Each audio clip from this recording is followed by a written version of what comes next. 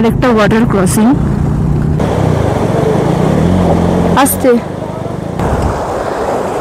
এটা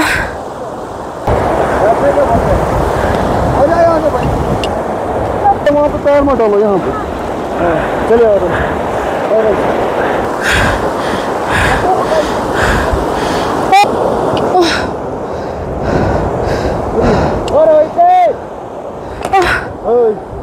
দেখো এটা হানলের রাস্তা, কিছু নেই, কিচ্ছু রাস্তা নেই হানলেতে। জাস্ট দেখো এই রাস্তা দিয়ে এখন আমরা যাচ্ছি, তার মধ্যে বৃষ্টি পড়ছে।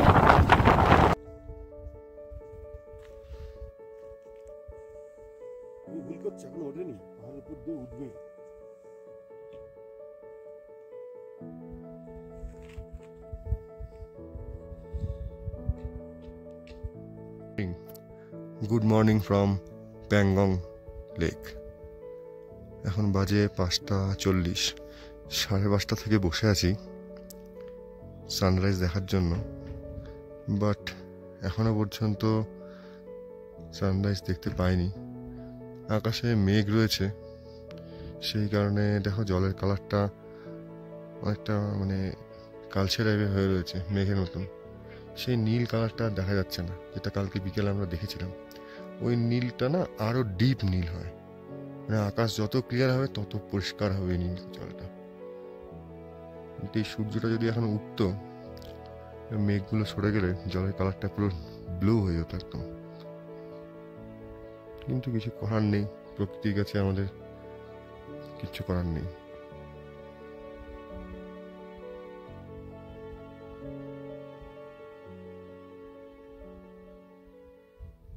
আমরা এখন প্যাংগংয়ে রয়েছি হোটেলে। এখন এখান থেকে চেক আউট করবো, কিন্তু একটা সমস্যা হয়ে গেছে, সেটা হচ্ছে আমাদের একজন গ্রুপ মেম্বারের শরীর খুবই খারাপ হয়ে গেছে, মানে সূচনার। তো ওর অল্টিটিউড সিকনেস পুরো হিট করে গেছে এএমএস। এবার মানে শরীর খুবই ডিটোরিয়েট করে গেছে। ওর জ্বর, তারপরে মাথার পেছনে এএমএস হলে যেটা হয়, মাথার এই সাইড থেকে পুরো যন্ত্রণা, তারপরে বমি, অল্টিটিউড সিকনেস যেটা হয় আর কি, মানে মারাত্মকভাবে হিট করে গেছে। সবারই হয়েছে, আমাদের কম বেশি, কিন্তু আমরা ডায়ামক্স খাচ্ছি বলে আমাদের একটু মানে ইয়েটা কম আছে, মানে প্রবলেমটা একটু কম হচ্ছে, আর তুলনামূলক ওর অনেক বেশি হচ্ছে। তো ওর ডায়ামক্সে অ্যালার্জি আছে, যার জন্য খেতে পারেনি। এখন সমস্যা হচ্ছে এটাই যে আমরা এখান থেকে হানলে যাওয়ার আমাদের প্ল্যান। আজকে হানলে গিয়ে কালকে আমরা ওখান থেকে উমলিংলা যাব। এবার ওরা তো পারবে না সেটা, কারণ ওর হানলেতে গেলে আরও শরীর ডিটোরিয়েট করে যাবে। সো এখান থেকেই আমরা যে হোটেলে রয়েছি, প্যাংগং ডেস্টিনেশন কটেজ, তো ওখানে আঙ্কেল যিনি রয়েছেন হোটেল কটেজের, যিনি মালিক, উনি আর কি, ওনার একটা গাড়ি লেতে যাবে, লে অবধি। তো ওই গাড়ি করেই ওরা লে অবধি চলে যাবে, মানে ওদের গাড়িটাও ওই গাড়িতে তুলে দেবে, আর ওরা দুজনে ওই গাড়িতে বসে লেতে চলে যাবে। সেক্ষেত্রে ওদেরও অনেকটা বেশি চার্জ লাগছে, আর শরীরটাও সাথ দিচ্ছে না। আমরা অনেকক্ষণ থেকেই রেডি যে বেরোবো বলে, কিন্তু এভাবে মনও চাইছে না যে বেরোই। তো এখন ডিসাইড করা হলো যে এই আঙ্কেল যিনি রয়েছেন, এই কটেজের যে মালিক, উনি বলছেন যে এইখানেই 500 মিটার আগে ওই আর্মি ক্যাম্প রয়েছে একটা, ওখানে অক্সিজেনের ব্যবস্থাও রয়েছে, ডাক্তারও রয়েছেন, তো ওখানে একবার দেখিয়ে নেওয়ার জন্য। হ্যাঁ, তো কথা বলতে পারছি না বেশি, মানে এতটা কষ্ট হচ্ছে, এত হাই অল্টিটিউড। আর হানলে তো আরও অনেক বেশি হাই অল্টিটিউড, তো ওখানে আরও বেশি প্রবলেম হবে। এখন ওকে নিয়ে যাওয়া হচ্ছে। আমার হেলমেটটা এনেছো? তো ওকে এখন ওখানেই আমরা নিয়ে যাচ্ছি। অক্সিজেন যদি 2 ঘন্টা দেওয়া হয়, তাহলে হয়তো অল্টিটিউড সিকনেসটা একটু কমবে। এখন এটা মানে এক্সপেক্ট করছি আমরা, এবার জানি না ওখানে গিয়ে ডাক্তার কি বলবেন, তার উপর ডিপেন্ড করছে। ওরা এখান থেকে 3টে-4টের সময় গাড়ি ছাড়বেন আঙ্কেলের, ওই গাড়ি করে ওরা বেরোবে। তো তার আগে আমরা বেরোনোর আগেও একবার দেখিয়ে নেওয়াটা দরকার, কারণ ডাক্তার কি বলছে তার উপর ডিপেন্ড করছে না সবকিছু। খারাপ লাগছে ভীষণ, মানে ভীষণই খারাপ লাগছে গ্রুপের কোনো একজন যেতে না পারলে। আমাদের ট্রিপটা প্রায় শেষ, শুধু হানলে আর উমলিংলাটাই বাকি। ওরা যেখানে মাঝখানে এই লাস্ট 80% কমপ্লিট করে ওখানে এসে ওরাদের আটকে যেতে হলো, কিন্তু অপশান নেই, কি করা যাবে। এখন গাড়ি স্টার্ট দেওয়া হয়ে গেছে আমাদের, এখন ওদেরকে নিয়ে যাওয়া হবে। আর এই হচ্ছে আমাদের কটেজটা, এইটা হলো প্যাংগং লেক। এই প্যাংগং লেকের ঠিক অপোজিটেই হচ্ছে আমাদের কটেজটা ছিল। তো এখান থেকে ও সোজা 500 মিটার গেলে বলছে আর্মি ক্যাম্পটা, তো সেখানেই যাওয়া হচ্ছে এখন।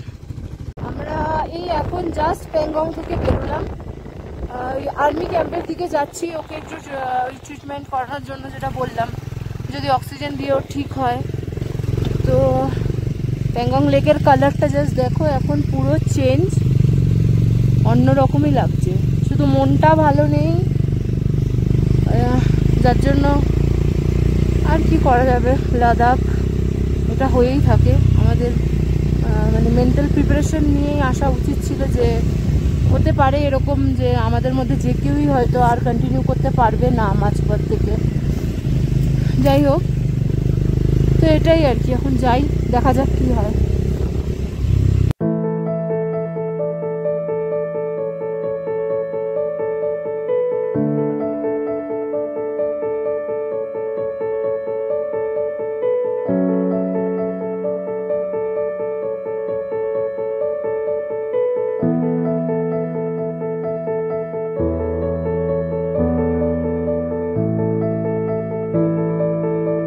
এখন আমরা বেরোচ্ছি, ওকে অক্সিজেন দেওয়া হলো। অ্যাকচুয়ালি ওর প্রবলেমটা হয়েছিল অক্সিজেনেরই, 58 ছিল, 52 না 58 ছিল ওর অক্সিজেন লেভেল, যার জন্য এই প্রবলেমটা হচ্ছিল।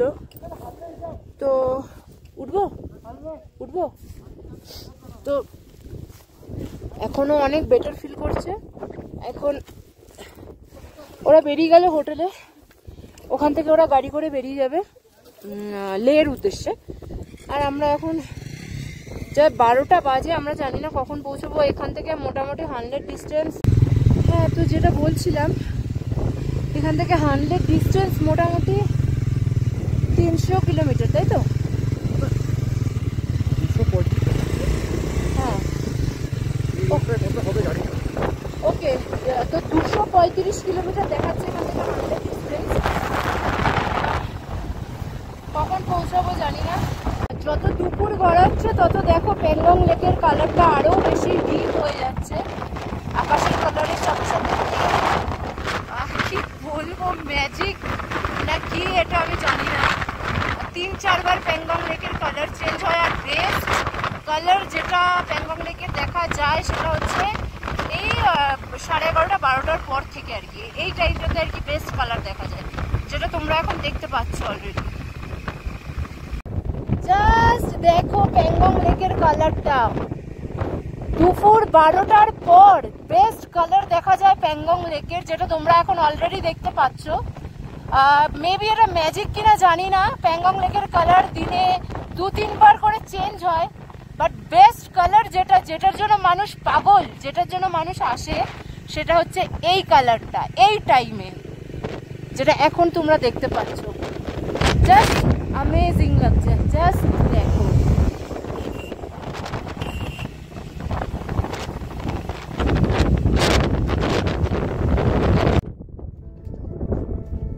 Just see the full view of Pangong Lake.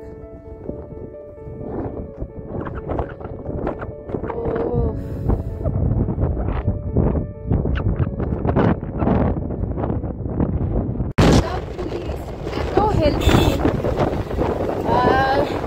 সামনে একটা বিশাল বড় ওয়াটার ক্রসিং ছিল আমাদের, মানে নিতে পারিনি ছবি। কালকের থেকে অনেক বড় ওয়াটার ক্রসিং ছিল, এটা ফোর্সও অনেক বেশি ছিল।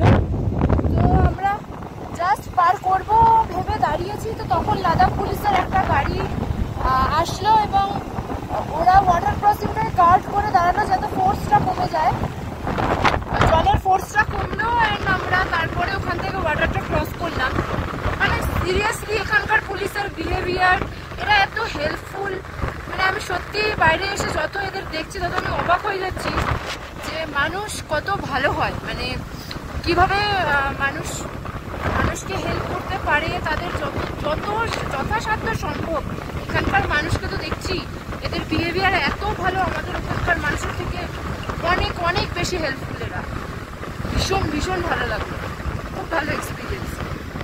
অ্যাকচুয়ালি ব্যাপারটা হয় কি, যত বেলা বাড়ে তত ওই পাহাড়ের ওপরের যে বরফগুলো দেখা যাচ্ছে ওখান থেকে বরফগুলো গলতে থাকে আর ওয়াটার ফোর্স তত বেড়ে যায় ওয়াটার ক্রসিংয়ে।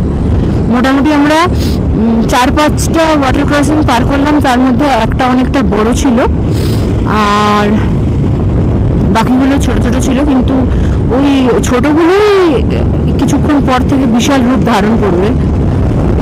সো আমরা যেতে যেতে জানি না কি হবে। বললো তো হোটেল থেকে, তো আমরা শুনলাম যে অফ রোড রয়েছে হান্ড্রেড পথে, আর প্লাস ইয়েও রয়েছে, ওয়াটার ক্রসিংও রয়েছে অনেক। যেহেতু আমাদের ওদিক থেকে বেরোতে অনেক লেট হয়ে গেছে, তো তার জন্য হয়তো ওয়াটার ক্রসিংগুলো অনেক বেশি ফোর্স পাবো এর পরের থেকে আমরা। এর পরের যে ওয়াটার ক্রসিংগুলো রয়েছে তো দেখা যাক।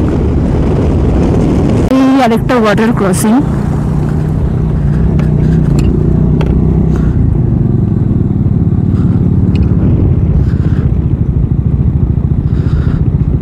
এই ওয়াটার ক্রসিংটাই যখন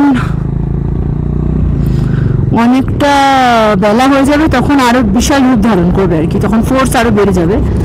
তো এর পরের গুলো হয়তো আমরা আরো অনেক বেশি ফোর্স পাবো। অলরেডি কালকে জুতো ভিজে গেছে, জুতো পায়ে অনেকটা শুকিয়েছে, তারপরে আজকে সকাল থেকে রোদে, প্যাংগংয়ে রোদে যাওয়ার পর কিছুটা শুকিয়েছে। তো এই করে করে আর কি ঠান্ডাটাও একটু বেশি লেগে গেছে আমাদের। দেখা যাক। দিস ইজ লাদাখ বস।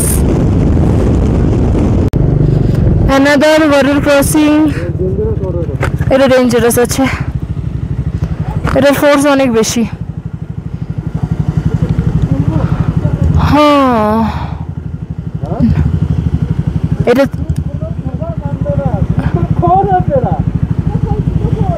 জুতো খুলে দেবো? আমরা কি হেঁটে চলে যাবো? হ্যাঁ, অনেক বড় বোল্ডার রয়েছে। আগে কি করে হবে, এটা সিচুয়েশন তো আছে না মানুষের, যত বেলা বাড়বে ফোর্স আরো বেড়ে যাবে। ও ও ও ও ও ও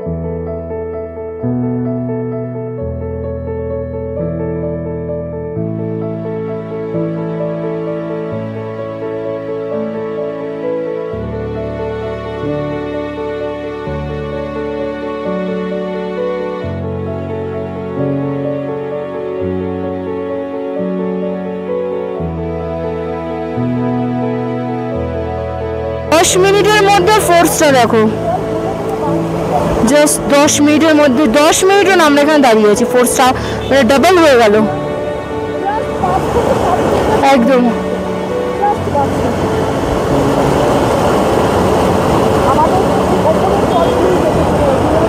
আমরা ওপর থেকে চলে যাব, কিন্তু এদের কোনো আদার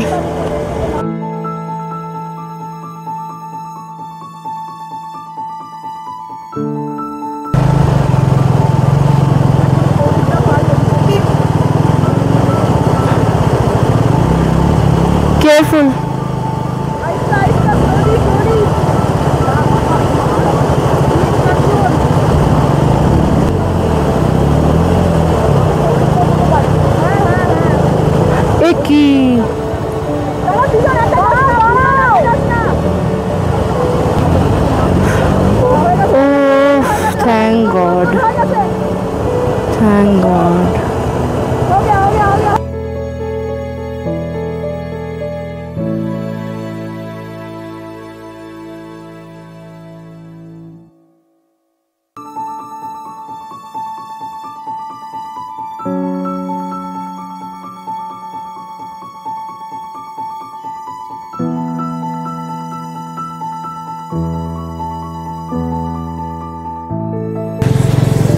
সৌমিকদা যাচ্ছে এখন।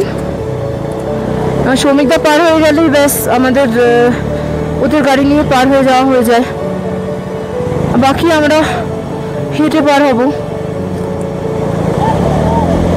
ও গড, ও থ্যাংক গড। হ্যাঁ চলো, আমরা এই ওপর দিয়ে এখন পার হব।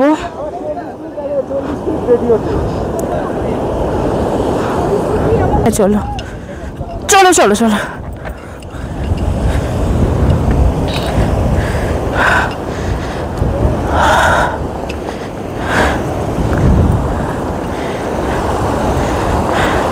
আমাদেরকে এখন এটা ক্রস করতে হবে। ধীরে ভাইয়া, আমরা তো ওখান দিয়ে পার হয়ে গেলেই ভালো হতো মনে হচ্ছে। হ্যাঁ শোনো না, আমরা ওখান থেকে পার হয়ে গেলেই তো ভালো করতাম। ফিশারি ওখান দিয়ে বেস্ট হতো।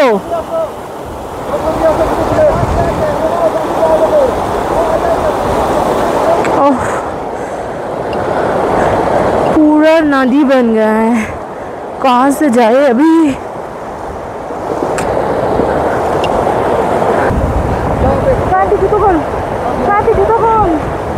না জুতো খুলবো না, আমি খুলবো না, বুঝে যাক, অপশন নেই, অপশন নেই। আস্তে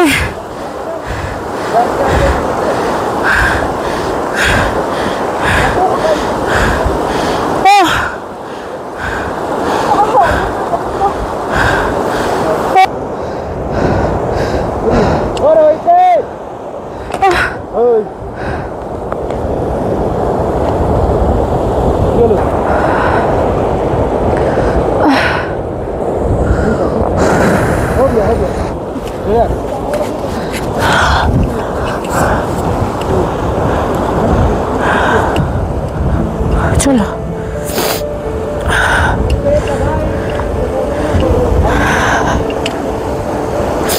রাস্তায় কি আরো বড় ওয়াটার ক্রসিং থাকবে? আরো বড় বড় ওয়াটার ক্রসিং থাকবে? কি হবে এবার?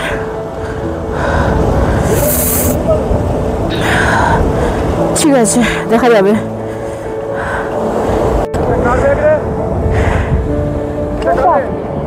আমার হেলমেট পাবো না, জুতো অক্সিজেনটা লাগবে।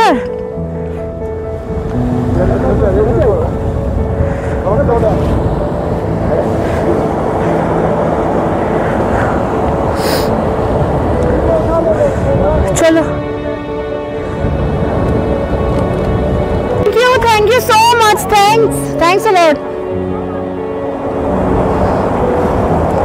এই দাদা,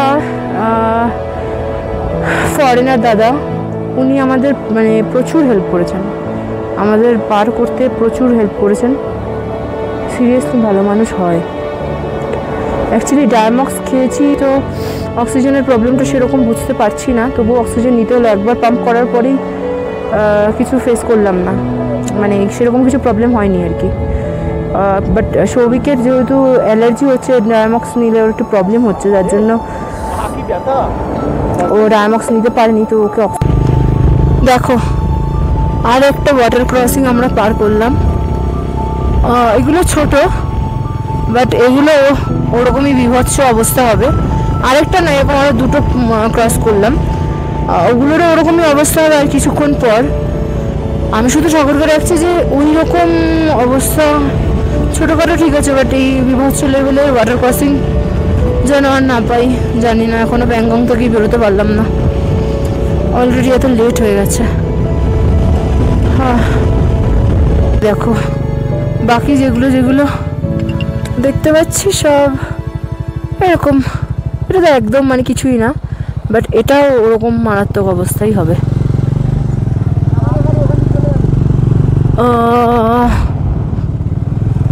ওখানে পাথর রাখা ছিল, রাস্তা বন্ধ ছিল, সো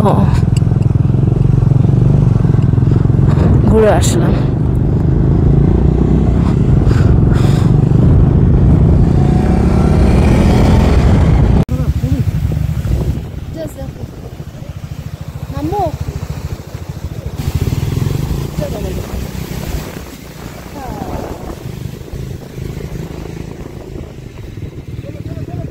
এই দেখো, আমি যেটা দেখানোর জন্য আবার ভিডিওটা অন করলাম, প্যাংগং এতক্ষণে অ্যাকচুয়ালি তো প্যাংগং অনেক বড় লেক। আমি যেটা দেখলাম লাদাখ এসে বুঝলাম, আমার একটা ধারণা ছিল যে প্যাংগং বোধহয় ছোট, বাট এইখানে এসে প্যাংগং ওই দিকে চায়নার দিকে ঢুকে গেছে। এইখানেই মানে আমাদের ইন্ডিয়ায় প্যাংগং এখানেই শেষ, তারপরে ওটা চায়নার দিকে ঢুকে গেছে। বিকজ আমাদের কাছে প্যাংগং যতটা রয়েছে তার থেকে ডাবল ট্রিপল বোধহয় চায়নার কাছে রয়েছে। তো ওইদিকে চায়না চলে যাচ্ছে, চায়না বর্ডার ওইদিকে চায়না দিকে চলে গেছে, প্যাংগং এখানেই শেষ। যতটুকু আমরা দেখতে পাচ্ছি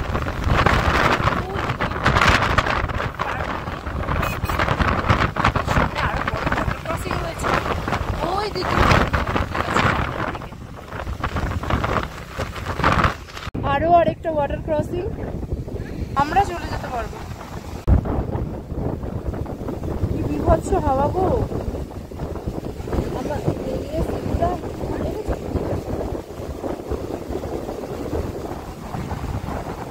কটা যে ওয়াটার ক্রসিং আরো কপালে রয়েছে আমাদের এরকম বড়। ঠিক আছে ঠিক আছে ঠিক আছে ঠিক আছে।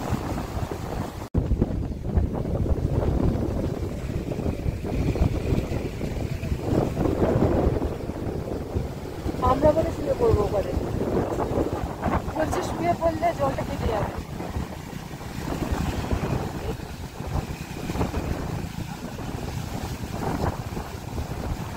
বোল্ডার আছে না?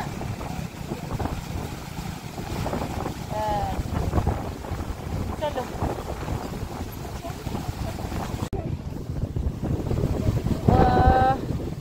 আমাদের ওই দাদার সাথে আমার দেখা হয়েছে, যে হেল্পফুল, যে আমাদের যে হেল্প করেছিল, যে হেল্পফুল দাদাটা, এই যে উনি।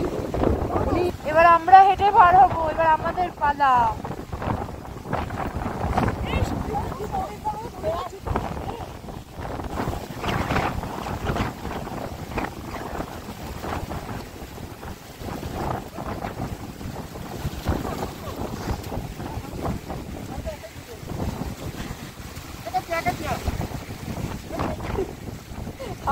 দাদা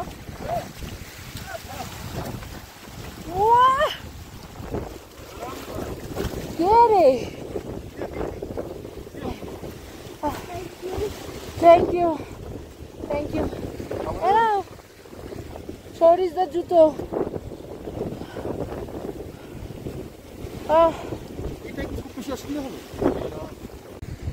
আমরা এই ওয়াটার ক্রসিংটা পার করে বসলাম। এখন আমি তো স্লিপার পরে নেব, বিকজ আমার পা পুরো ভিজে। দেখো আমার পায়ের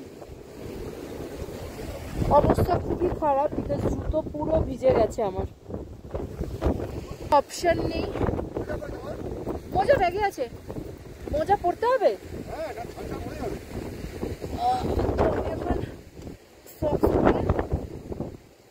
স্লিপারটা পরে নেবো ভাবছি।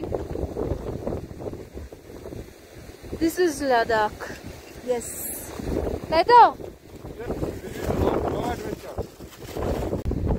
এখান থেকে দেখা যাচ্ছে, এটা লাস্ট ভিউ পয়েন্ট প্যাংগং লেকের। ওই যে দেখা যাচ্ছে সোজা ওদিকে লেকটা এবার চায়নার দিকে চলে গেছে। এখন আমরা ওয়ে টু হানলে, আর এটা হলো লাস্ট রেস্টুরেন্ট। মানে এটাই যদি আমরা না খাই, এরপরে আর হানলে অবধি কোনো রেস্টুরেন্ট পাবো না। তো এখন আমরা এই রেস্টুরেন্টটাতেই যাচ্ছি, গিয়ে কিছু খাওয়া দাওয়া করে নিই, চা ম্যাগি যাই পাবো। মনে তো হয় খুব এক্সপেন্সিভ হবে, জানি না, না জেনে বলাটা ঠিক নয়। বাট দেখি গিয়ে কি পাওয়া যায়, যা পাওয়া যাবে সেটাই খেয়ে আবার হানলের দিকে রওনা হবো। অ্যান্ড এটা হচ্ছে রেস্টুরেন্ট। আমরা খেয়ে দিয়ে বেরিয়ে গেছি এখন হানলের পথে, কিন্তু প্রবলেমটা হলো রাস্তাটা বন্ধ এখন আছে হানলের। তো বলছে ওদিক থেকে গেলে একটা রাস্তা ওরা বলে দিল, ওখান থেকে গেলে বড় ওয়াটার ক্রসিং আর কি আমাদের পার করতে হবে। যেহেতু এখন 4টে বাজে অলমোস্ট, তো আর একটা রাস্তা বললো গ্রামের ভেতর দিয়ে, তো ওটায় গেলে নাকি ওয়াটার ক্রসিং পাবো কিনা সেটাও বুঝতে পারছি না, এখন দেখা যাক। সেরকম একটা বাইকার্সও নেই এখন, যেহেতু লাদাখে মানে টুরিস্টও কম, তো ওটা নিয়ে একটু চিন্তায় আছি। দেখো এটা হানলের রাস্তা, কিছু নেই,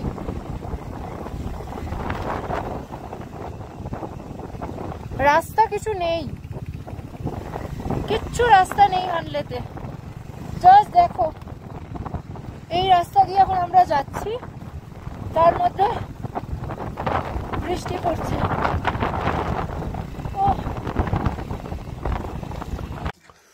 প্রচণ্ড বৃষ্টির মধ্যে সন্ধ্যে 7টার সময় আমরা হানলেতে ঢুকেছি।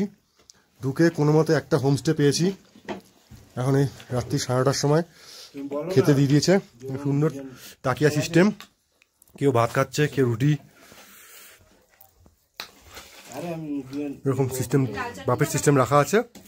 যার যা ইচ্ছা হবে নিয়ে নেবে। খাবারে আছে হচ্ছে ভাত, ডাল, ধনেপাতার চাটনি, পনির,